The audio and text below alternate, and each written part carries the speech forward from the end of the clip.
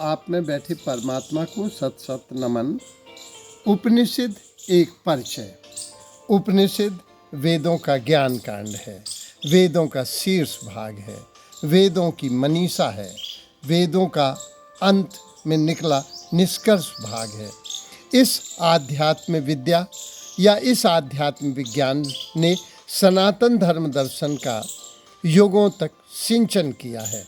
ब्राह्मण, आरण्यक और संहिता जैसे धार्मिक ग्रंथों में उपासना के विधि विधानों का और कर्म कांडों का बहुत अधिक वर्णन आया है।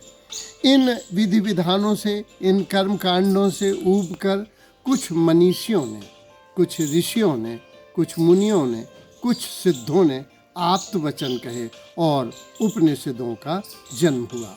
और उपनिषदों में ज्ञान की ऐसी प्रचंड अग्नि का प्रकाश फैला जो युगों तक आलोकित करता रहा। इसकी वजह से ही ब्रह्म सूत्र जन्मे, इसकी वजह से गीता जन्मी। और इन कर्म कांडों को छोड़कर निर्गुण, निराकार, अनंत, सर्वसत्ता संपन्न, सर्वव्यापी ब्रह्म चेतना का निरूपण हुआ और आत्मा और परमात्मा के ऐक्य की स्थापना हुई। उपनिषदों से आशय, उपनिषदों से आशय जैसा कि इसके शब्द से स्पष्ट होता है। उप माने समीप, नि माने जो निष्ठा से और बैठना। जो ऋषियों के पास शिष्य जब अति निष्ठा से श्रद्धा के साथ बैठा और जो ऋषि ने कहा वो उपनिषद हो गया। उपनिषदों में उप और नि ये दो उपसर्ग माने गए हैं। सद, जैसा कि शंकराचार्य ने इसकी व्याख्या की, इन्होंने कहा सद से अर्थ है विनाश से, सद से अर्थ है गति से या ज्ञान से, सद से आशय है अवसाद से। जब संसार जनित अविद्या का नाश हो जाता है और विद्या का ज्ञान हो जाने से संसार शिथिल हो जाता है, तो ब्रह्म सत्ता में जो अध्ययन करता है, जो ऋषि है, वो जब तद्रूप हो जाता है, विलय हो जाता है, ब्रह्म सत्ता में मई हो जाता है, तो वह उपनिषद कहलाता है। जो उपनिषद है वस्तुतः यह पराविज्ञान है, आध्यात्म विद्या है। धर्म तो विभिन्न परिस्थितियों में जन्म एक जीने का ढंग है।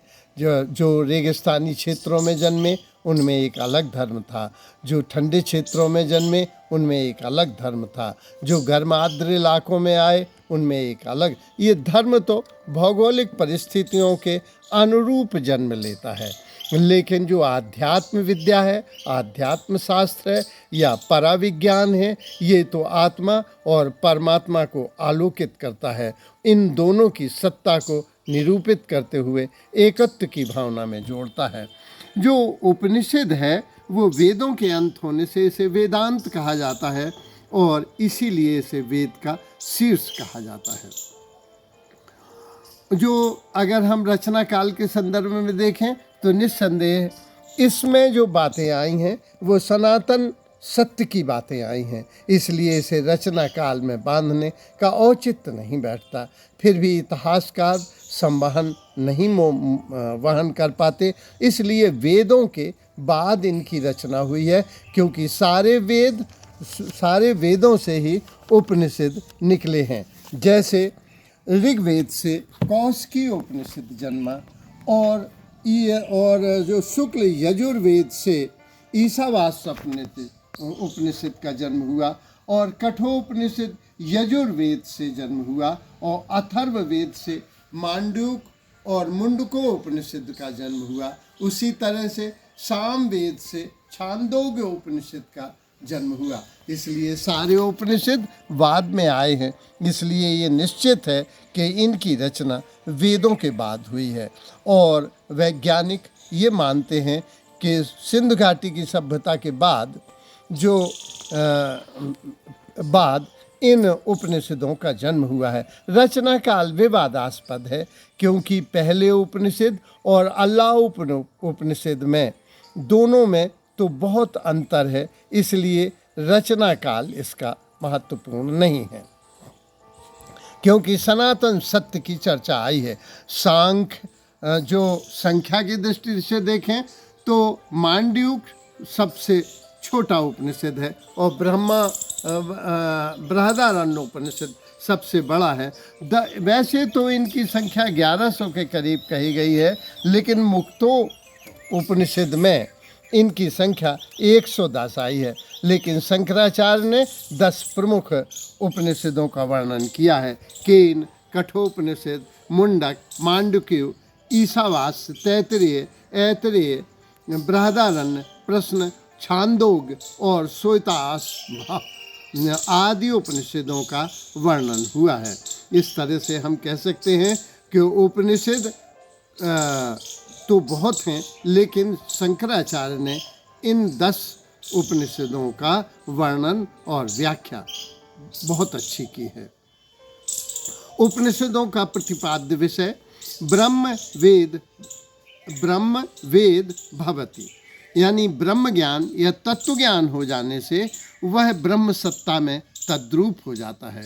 ये उपनिषदों का जीवो ब्रह्म्यो न परा, जीव ही ब्रह्म है, ब्रह्म से पृथक सत्ता है ही नहीं। उपनिषदों का उपदेश है सर्व खलविदम ब्रह्म तत्वमसि, समस्त भासमात्र या द्वैत प्रपंच ब्रह्म ही है और तू भी वही है श्वेत केतु, तत्वमसि श्वेत केतु।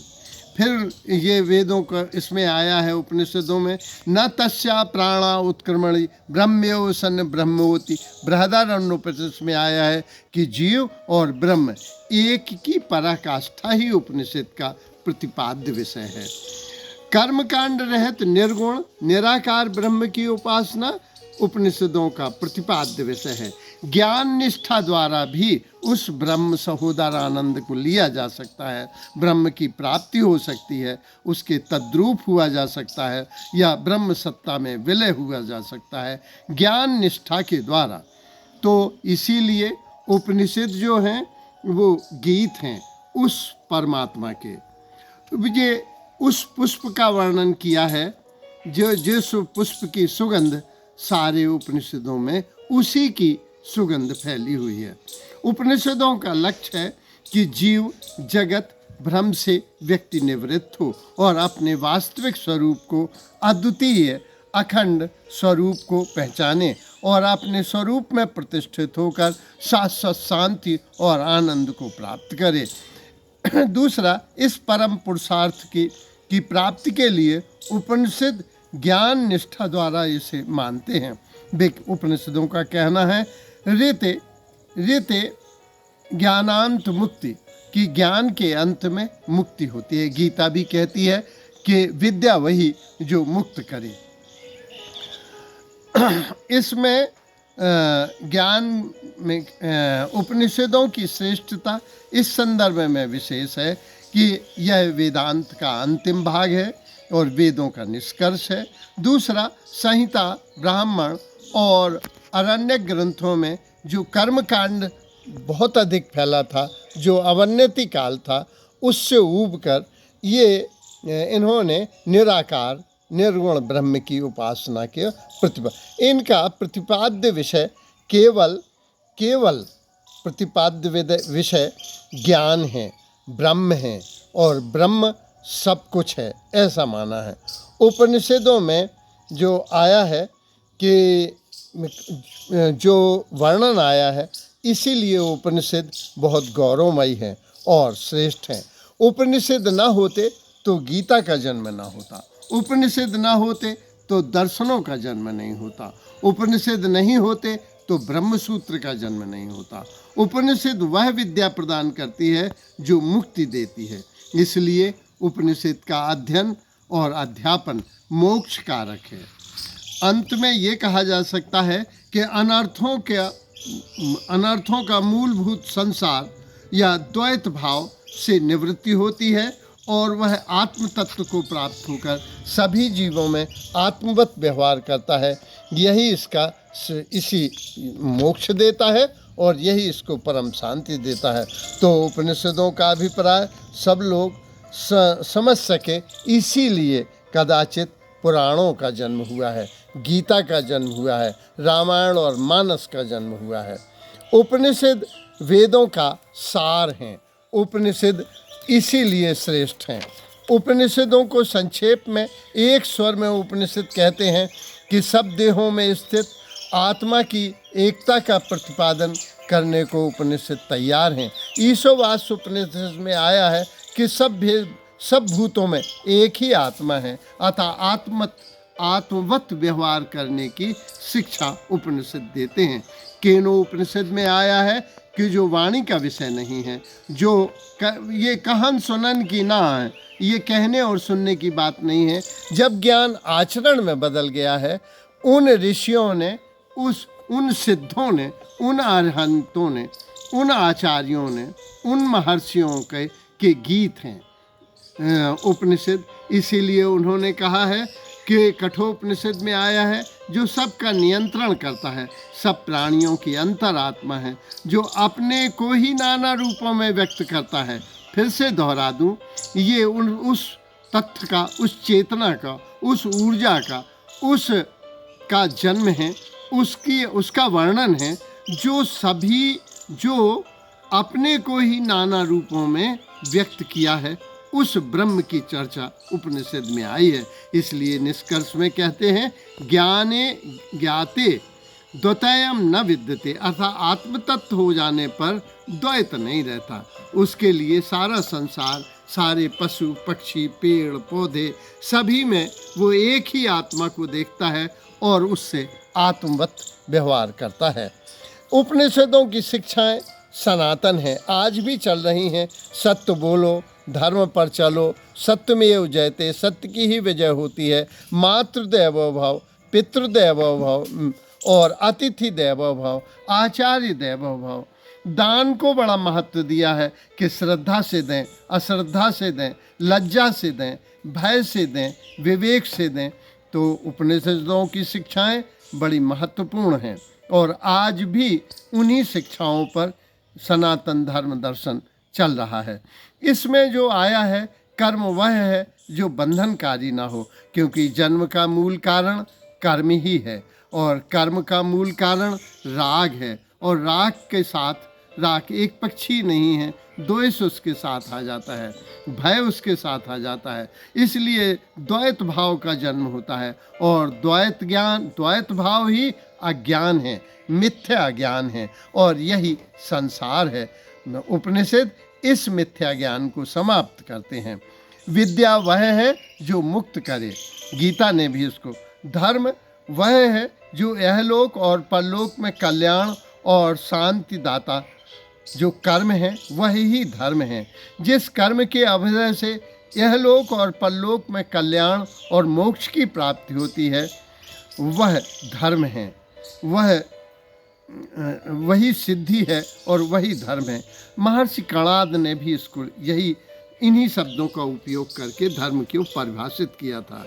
महर्षि जैमिनी ने लिखा कि जिन कर्मों को वेद ने वैध ठहराया है वे धर्म हैं, जिनकी घोषणा वेद में की गई है वही धर्म है। इस तरह से उपनिषदों में बहुत महत्वपूर्ण बातें आई हैं।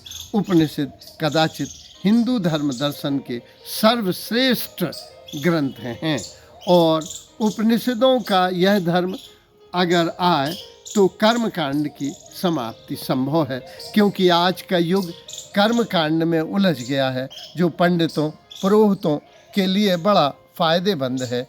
क्योंकि कर्म कांड में उलझाना केवल आत्मा की सनातनता व्यक्त कर देना और उसके ही विविध रूपों में गाना, तो उपनिषद में कर्म कांड नहीं है। वस्तुतः यह सनातन धर्म का सबसे श्रेष्ठतम रूप है। अगर उपनिषदों के धर्म पर हिंदू धर्म दर्शन चल सके तो यह विश्व का सर्वश्रेष्ठ धर्म हो सकता है, क्योंकि एनी बेसेंट ने कहा था कि उन्होंने 10-15 धर्मों का अध्ययन किया।